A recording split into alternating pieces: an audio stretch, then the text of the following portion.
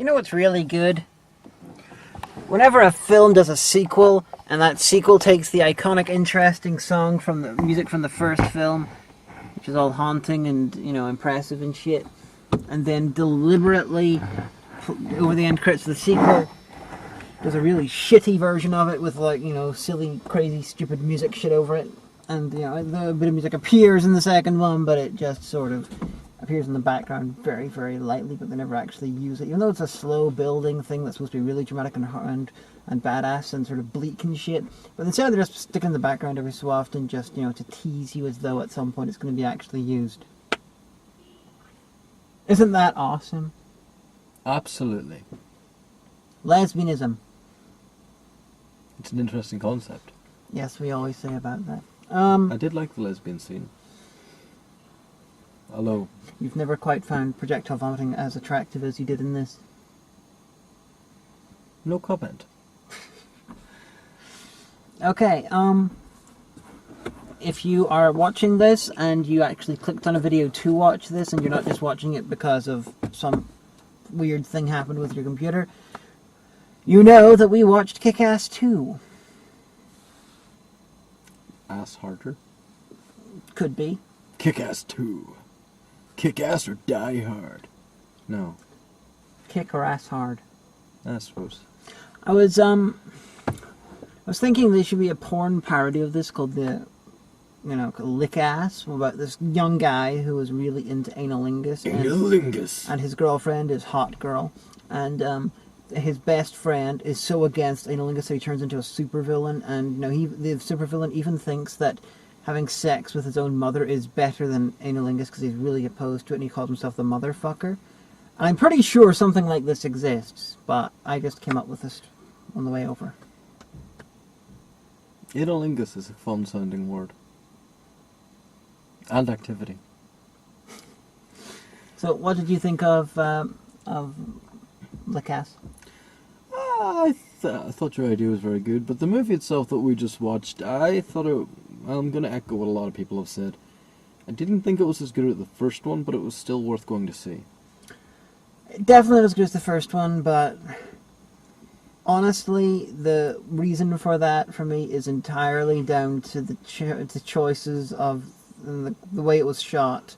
The director, the director was fine when it came to the acting stuff, but the camera choices and all that sort of shit, that was not good. That was, not very good. It was like they were trying to have all these, the very end, the big fight at the end when all the superheroes and all the supervillains are battling each other, and the music was really trying to sell it as though this is a really fucking impressive fight. Look at this. Oh man. It's like the music was doing 85% of the impressiveness work in the shot, and that's not usually a good thing. The fight really looked like a bunch of LARPers.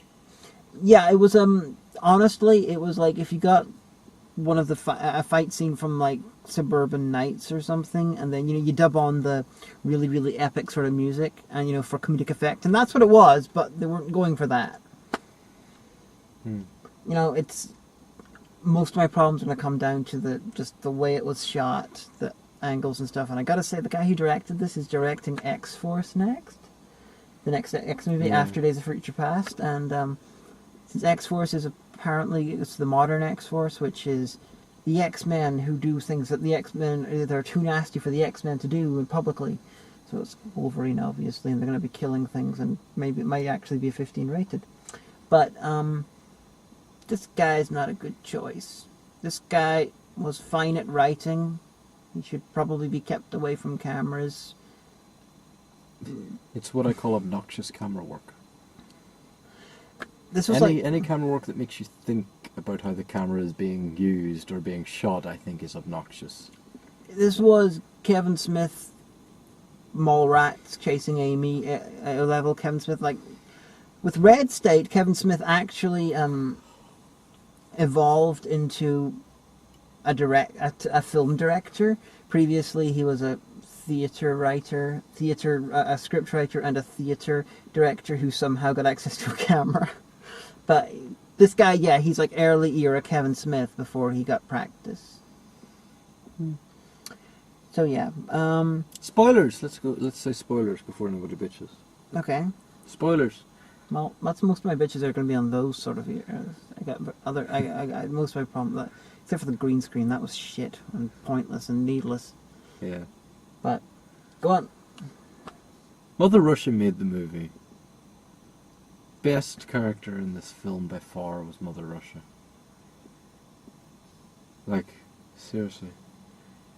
And they used my favorite bit of Russian folk music turned metal ever, which is Ozma's version of Korobuniki, straight off the Double Donkey Disc album. They used half the track, and I was just sitting there going, yee, during this big super cop killing awesome moment whenever somebody's upstairs trying to commit a rape and failing.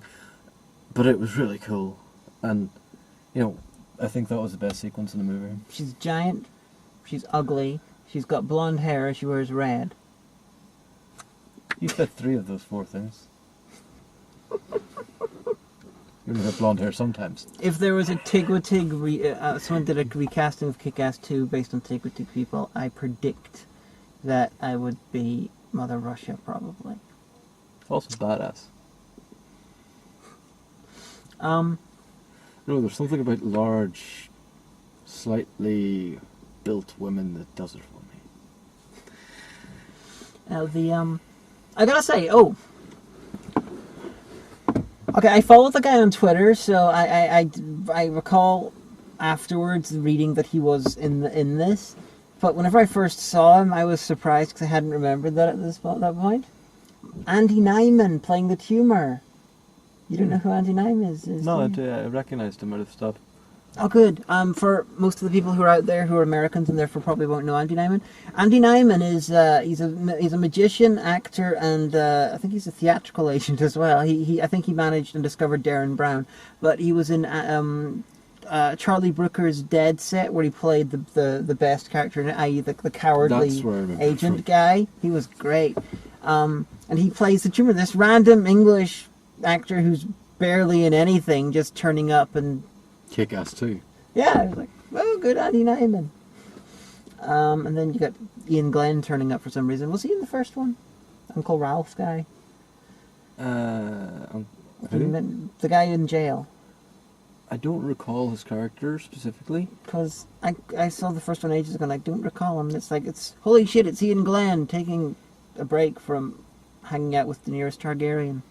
I don't know, I've seen the first one a couple of times. The first time I saw it, I was like, holy shit, this is amazeballs. Second time I was like, that was crap. Third time I was like, eh. Kick-Ass is... It's fun. The first one, it was fun. And Matthew Vaughn, it was really surprising to see that Matthew Vaughn could direct.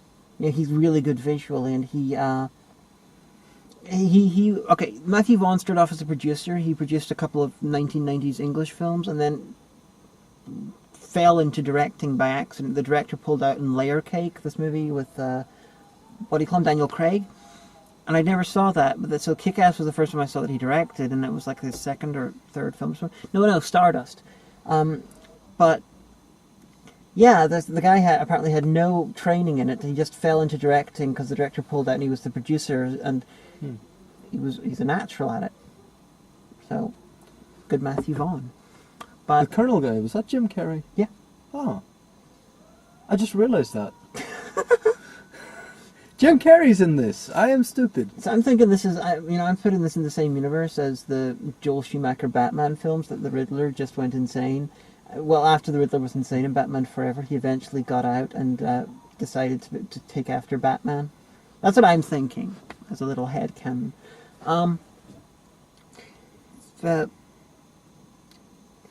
Another thing I really liked in this movie, the Colonel used a leaded pickaxe handle as a weapon. That is one of my favourite things, because I've used one as a weapon before, myself.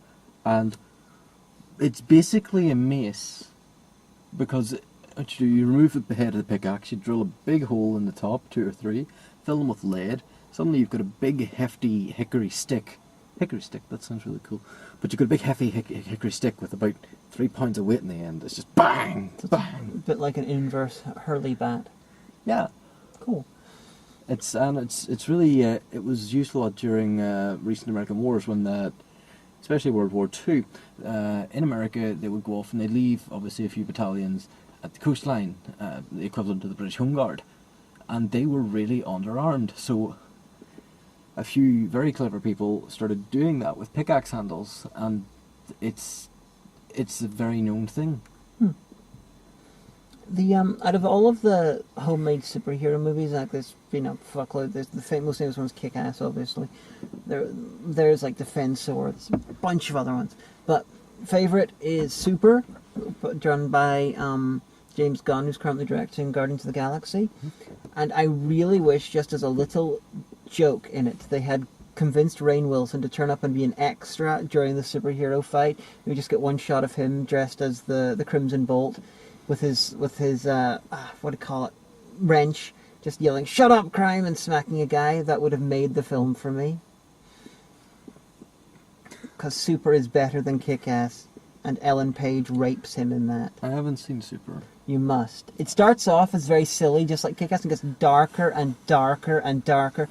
You know how this film talks about consequences and stuff? Yeah. And then, absolutely nothing happens. Like, oh, let's kill about 6 people and no one gives a shit.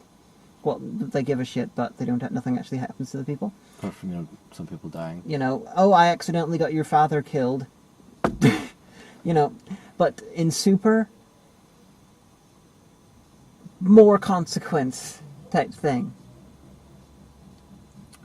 Oh, that's not relevant. But anyway, Dr. Turk from Scrubs is running around with this movie, hitting people with a baseball bat. I didn't notice it was him until the funeral scene, whenever he was out of his costume. I noticed it was him at the very start. But, interesting thing. You know who Frank Kelly is? Father Jack and Father Ted. Yeah, I recognise Frank. I know Frank Kelly is. Was Frank he in this? Kelly was in Scrubs. Why? For one episode. And his only line was to say drink 5 times. Okay! He's at a bar and Dr. Hill sits down and he's like, drink! Okay. Drink, drink, drink! And it just popped into my head when I think about Scrubs and random cameos. Okay, I did not know. It sounds like that you made more better use of him than Lex did, because he was in an episode of Lex where he played a priest in an island in Canada, and he was being completely sane and very boring. And it's like, Jesus Christ, guys! No, You came so close! Oh, the Americans don't get this at all. But, yeah, okay, other complaint. The green screen on this, they have unnecessary green screen. Hey, we're gonna have some guys on a rooftop. Let's green screen it. Hey, it looks about as bad as the Room's rooftop green screen. Or, I got Hit Girl, like, killing people. This stuff's in the trailer, she's killing a bunch of guys in a van, and it looks fucking terrible. Now, they turned the wind machine off for one shot. They're like driving down that freeway at like 70 miles an hour. Hit Girl's on top of the van and her hair is completely flat by the side of her head. It's just... Practical effects give you a lot less freedom of choice for shots.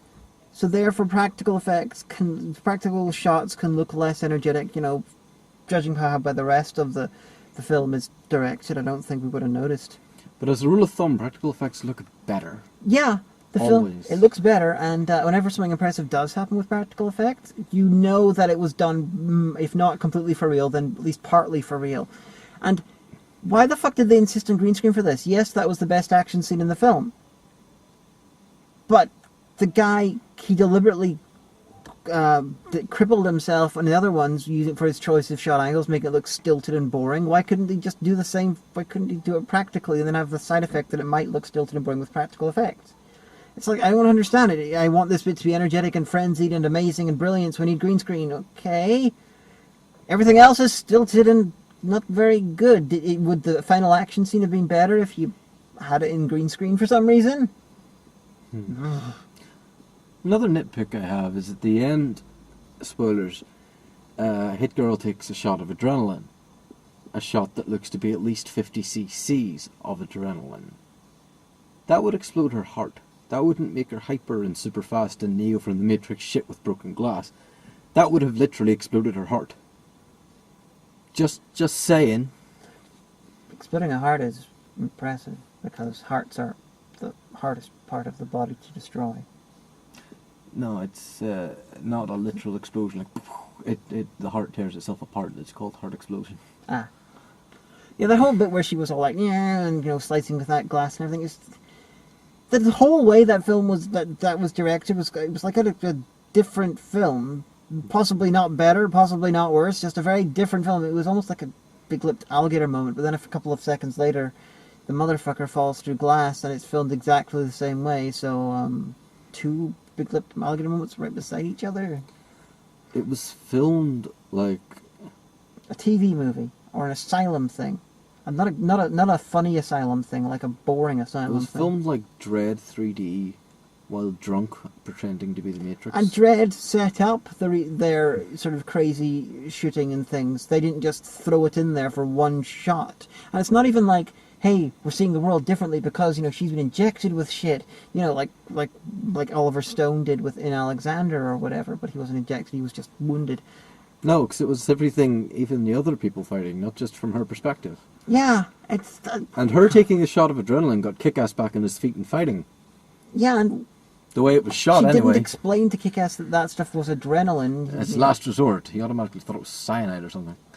Yeah, that's, obviously the audience are supposed to as well, but whenever you're having every single conversation about a MacGuffin that ends up being not what you think it is, and every single conversation that they have about it is seen by the audience, it doesn't work, because the Kick-Ass needs to know that information that needs to surprise us. So but the way it was framed was that Hit Girl, being about 100 feet below him in a different part of the building, taking a shot of adrenaline, gave him the energy to fight on. Powers. And yeah, from a script standpoint, they really should have had some sort of thing that he found out more information about that than the audience did. But okay. Yeah, even a point of him holding up and reading the label and going, oh. Hit Girl is 15 in this. This is 2 years after Kick-Ass 1. Hit Girl was 11, I think, in Kick-Ass 1. So she's just hit 15, and she was just about to hit 12 last time. And Kick-Ass was, I believe, 15 or 16 in Kick-Ass 1, and making him about... 19. If it's 2 years, making him 17 or 18, but if Hit Girl seems to have aged 3 years, which makes him 18 and 19, and,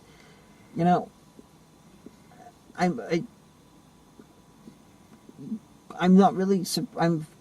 It's unusual to see a mainstream American film show a kiss between a 15-year-old girl and what seems to be a 18 and 19-year-old guy without some sort of a tut-tut type thing to it.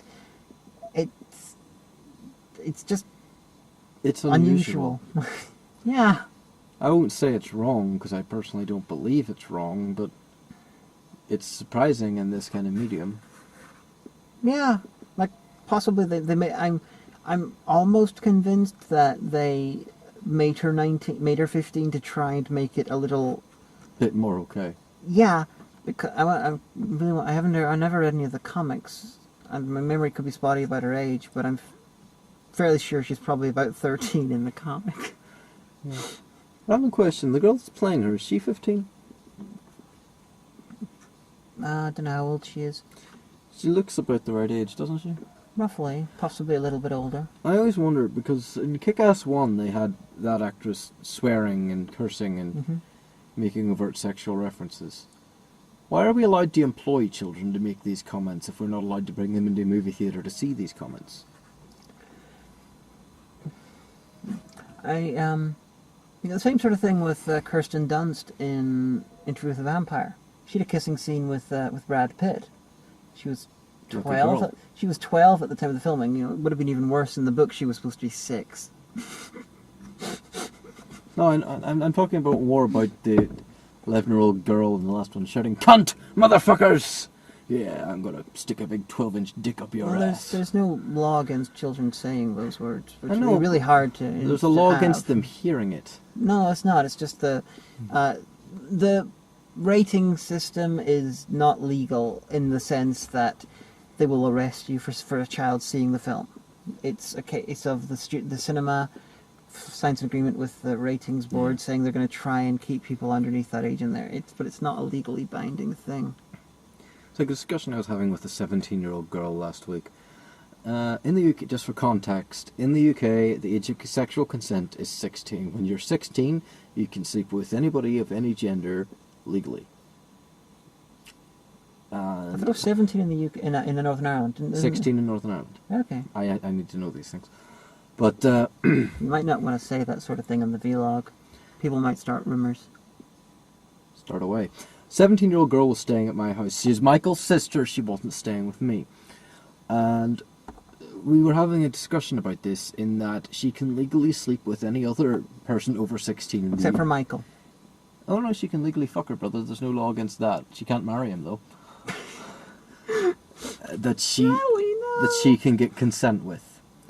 But if she videotapes that, she can be put to prison for more than 20 years. I just find that very interesting. That's weird. It's the same sort of thing you've got. It's what's the age? In the age of marriage, from like 18 or something like that. 18 or with both sides parental consent, 16. Okay, so you can. Archaic laws. And you got, what's the age of signing up for the military? Like 17? I think it's 17. You can join the cadets from 13 though. So if we are right about this, you got a case where you can have sex with someone age 16, you can join the military at 17, but you can't actually marry them without both your parents being okay with it until you're 18. Laws are weird things. I just find it interesting that at 16, with my parents' consent, I can get married to somebody. With my partner's consent, I can stick my dick in them. But if I take a picture of my dick, I'm distributing child porn. Until like 5-10 years ago, it was the age of consent was not, laws were not equal. I believe it was 17 for sodomy. 18, I think it was, and it was until like the early 90s. It was 21 for gay sex. It was 18 for gay sex. If the way I phrased it was right, a 16-year-old having sex and accidentally slipping it into the wrong hole is guilty. 17 for sodomy. Oh, I like the line in the film. 15 gets you 20. In the context of you fuck a 15-year-old, you're going out for 20 years. Depending on how old Kick-Ass is supposed to be. Well, he's definitely in senior year. I mean, he was starting high school in the last one. The age groups in this is a bit confused, because they definitely said it was 2 years. So yeah, and he's gone from freshman year to senior year, so that's 2 I years. think it can't be 2 years. It must be at least 3, and the 2 years must be referring to something else. Yeah, he got held back in high school because of all of the head injuries. Possibly. So did his two friends, because one of them's stupid and the other one's also got head injuries. If there's a Kick-Ass 3, I will be happy to watch it. Apparently they're writing a Kick-Ass 3 book. You know how the director of this is getting the job on X-Force? Because Mark Miller, the guy who writes the comics for Kick-Ass, he is currently the Joss Whedon of Fox's Marvel movies. And he is basically broadly in charge of the X-Men movies, and they're rebooting the Fantastic Four and setting them in the same fictional universe. So, well, we can't go much worse with the Fantastic Four. I don't know. Apparently, Mr. Fantastic is like 23. It's one of the guys from Chronicle. We can go much worse with the Fantastic Four. Is it really that hard? The guy's meant to be like at least 40. For Mr. Fantastic, you know, okay. We have enough young superheroes. Yeah, Fantastic Four. You know, okay, you need to set up Doctor Doom properly, you need to have lots of storyline and shit about his arrogance and the mask and shit like that. You know, you don't do what the film did and have him be on the spaceship. That's fine. First Fantastic Four movie, make him like 40 or something, and then, you know, make the thing about 40 and all. Realistic ages. And then you send them out in space. You give them some sort of animal of some sort that's on the ship with them that they're doing experiments on, and it gets blasted with shit, and it starts, I don't know, consuming other animals and growing larger and absorbing their intelligence, absorbing people, until it becomes like an Akira monster. So then the Fantastic Four have to battle it, and it becomes sentient and intelligent, and it's got to battle them, and they don't have costumes yet, because they're not actually a full superhero team at the end of the movie. Then, sequel, they are the Fantastic Four, and you got Doctor Doom. You can't do that. Why not? Because if you have a creature in space that's consuming other creatures... No, it consumes things when they get back to Earth. But if you have, okay, a creature coming to Earth and consuming things and getting better, versus the Thing, from the Fantastic Four. You've got the Thing versus the Thing. Yeah! That'll be great. You know, you could have like a Daily Bugle thing, the Thing versus the Thing. Woo! Or you got the newspapers referring to the monster as the Thing, but then, everyone thinks it's referring to the big orange rock guy. And he's like, oh, that hurts, guys. And then he's called the Thing from then on. Because the first few issues of Fantastic Four, they were so not supposed to be a superhero team that they didn't even have costumes or they had broad nicknames, but they wore civilian clothes and stuff because it was meant to be basically a kids soap opera with powers. So they would battle like random shit, but there would be no costumes. And it was like issue 4 when they actually brought in the costumes. So first film, don't give them costumes. Don't make them a superhero team. Make them battle something. I like my absorbing, just regular animal creature thing. So it's like, oh no, hubris. Dr. Mr. Fantastic caused this by accident, but it's not a case of, hey, let's put Dr. Doom on the fucking spaceship. Let's let him do his origin properly. I think about shit way too much. You can't think too much. You can, but then you die. Anyway, Kick-Ass 2 was okay. There were some enjoyable characters. The fight scenes, some of them were okay, some of them were shit. It's mostly not very well. Mother Russia's scene in the middle with the police cars was fucking amazing. And it was done to Korbaniki, so it was fucking amazing. I want to know if they killed Andy Nyman, if they did actually cut off his penis and make him eat it. Find me some pliers. I'm going to pull this guy's dick off and make him eat it. Really? Really? Just the guy's face, he's on the floor with a gun pointed to his head. She did a throwaway gag earlier. I'm going to make you eat your own dick. Well, go eat a dick. I'll make you eat yours. It's just like 5 minutes of conversation then. Go find me some pliers. Why? I'm going to make this guy eat his own dick. And he just looks up. Really? I would love to see a full-on video game based on Kick-Ass where you play as Hit Girl. Don't base it actually in any of the films or anything, or the story. Just set it broadly in the same universe. Have you play as Hit Girl, who you're working with Big Daddy. He gets killed halfway through, and just because she is a natural Arkham Asylum-esque video game lead. Kick-Ass is shit. Just, Hit Girl, you get to kill armies of mooks. Hit Girl is the only real competent one apart from the Colonel on this. Yeah. Well, the Colonel went down facing off against like 5 guys. Yeah. Hit Girl barely managed to defeat Mother Russia. If the Colonel took on Mother Russia one-on-one, he would have gone down, but it would have been closer than the fight he had. Do you want me to kill his dog? We're not that evil. Not that evil. Sick bitch. I like the supervillain team's name. It had something to do with cunt. Yeah.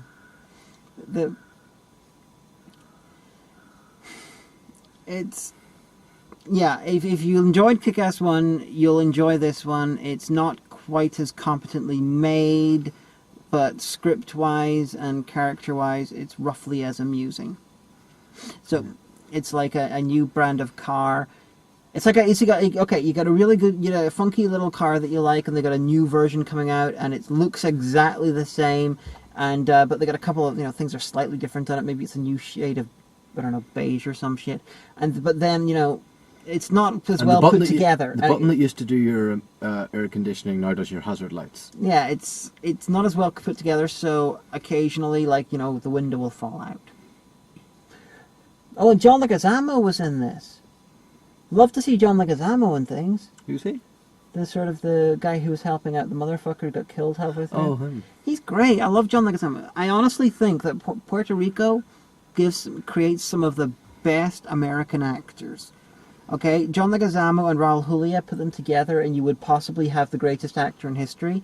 And the fact that they do ridiculous things every so often is just wonderful. John Leguizamo, what stuff he was in? I recognise him from other stuff. I couldn't list it, but I do recognise him. Well, started off with Luigi and Super Mario Brothers. Then he went on to do things like the third drag queen in Tu Wong Fu, and appeared as Clown in Spawn. That's where I know him from. Even though he's thin and tall, and he has a very distinctive face. I still don't know how they did him as Spawn. Now, these are shit films that I'm listing John Leguizamo was in. He tends to be in shit films, but he's a really talented character actor. So it was lovely to see John Leguizamo, even though he was pretty much being the most generic John Leguizamo performance ever. At least he was not as irritating as John Leguizamo in The Pest. Now, The Pest is a film that Omega suggested to me because I was thinking about doing a list of human hunting human movies. The Pest is John Leguizamo playing the most irritating cunt in film history, and he's being hunted by a fat German guy played by Jeffrey Jones who wants to kill him. Now, Jeffrey Jones was arrested for wanting 12-year-old boys to get stripped naked so he could take photos of them.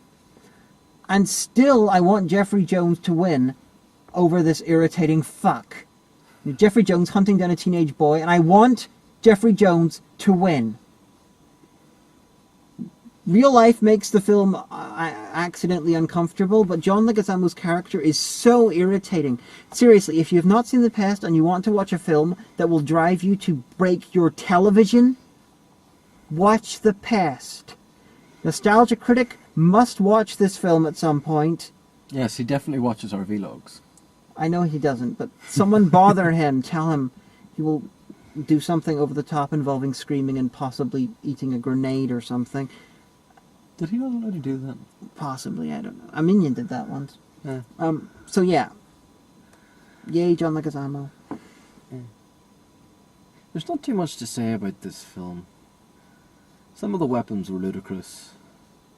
Honestly, if I was to be a superhero, what I would do, I would take my tonfa that I have. I have 2 good tonfa with metal spikes in the end. Really, really good weapons.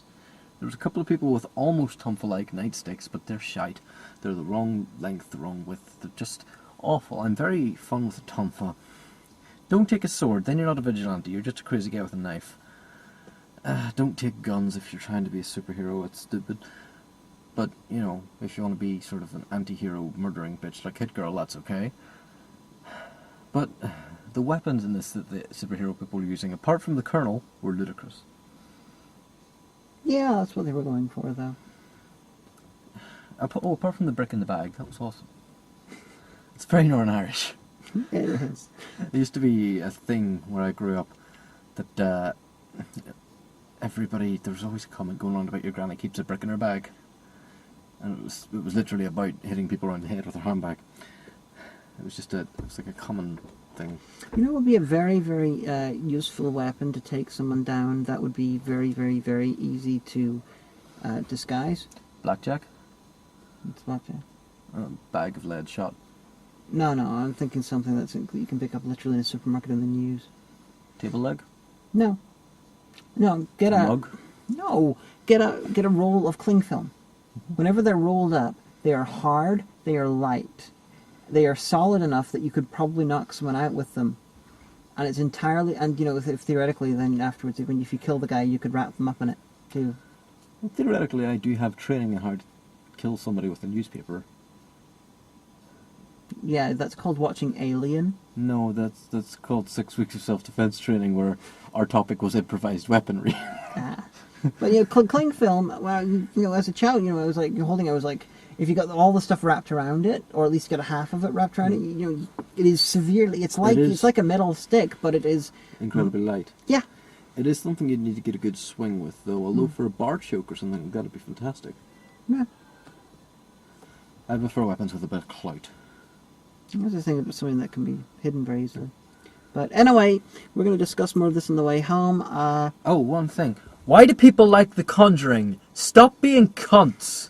Conjuring was fucking awful. Terrible, terrible, terrible, terrible, terrible. Terrible bad. Yes. Badly bad, bad, bad, bad, bad. Bad, bad, bad, bad, bad, bad. Everyone loved it. I can't wait to get back to America at Omega's so that I can go back on Radiodrome just so I can have an excuse to talk to Brad and basically tell him how wrong he is about The Conjuring in pretty much every single thing. It's like inventing bread and calling it an original new thing. It's fucking terrible. So yeah, it was like a warmed over remake of 6 older films. Anyway, We're gonna go. He's gonna look back in like 5 years and be all like, "What the fuck was I thinking?" At least I hope he will, because otherwise he's stupid. We love you, Brad.